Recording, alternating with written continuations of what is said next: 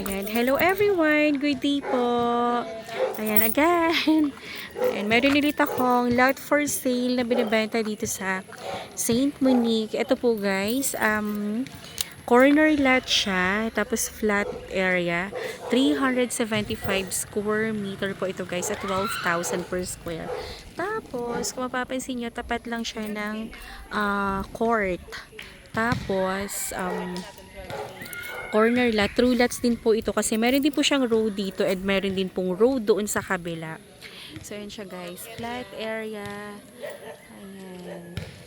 Kung interested po kayo dito sa lot na to, pwede nyo po akong i-text or i-call sa aking cellphone number 0917-123-9341. Ito po yung aking number sa Viber.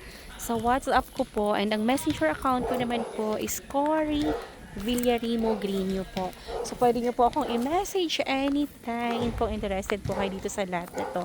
And pwede po kayo magpa-site viewing anytime din po. Ayan. So, ang kinaganda nito, ayan, pwede na po kayo magtayo ng structure dito sa lot na to anytime. And, ayan, true lot siya.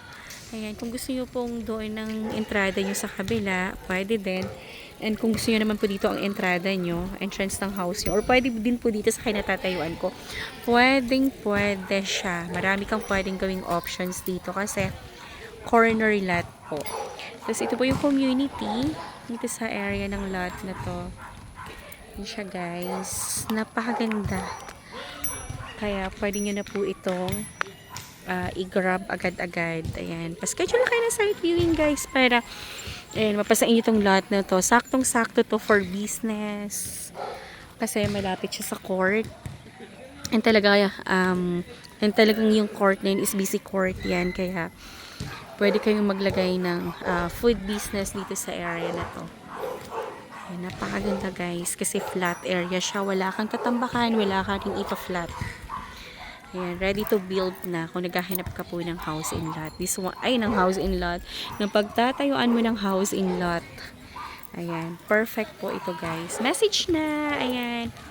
Once again, thank you so much po sa paninood. And please like, share, and subscribe po din itong aking YouTube channel para every time po na nag-upload ako ng mga bagong videos, bagong project is may-notify po kayo. And again, thank you so much. Bye-bye po and have a nice day everyone. God bless. Thank you po.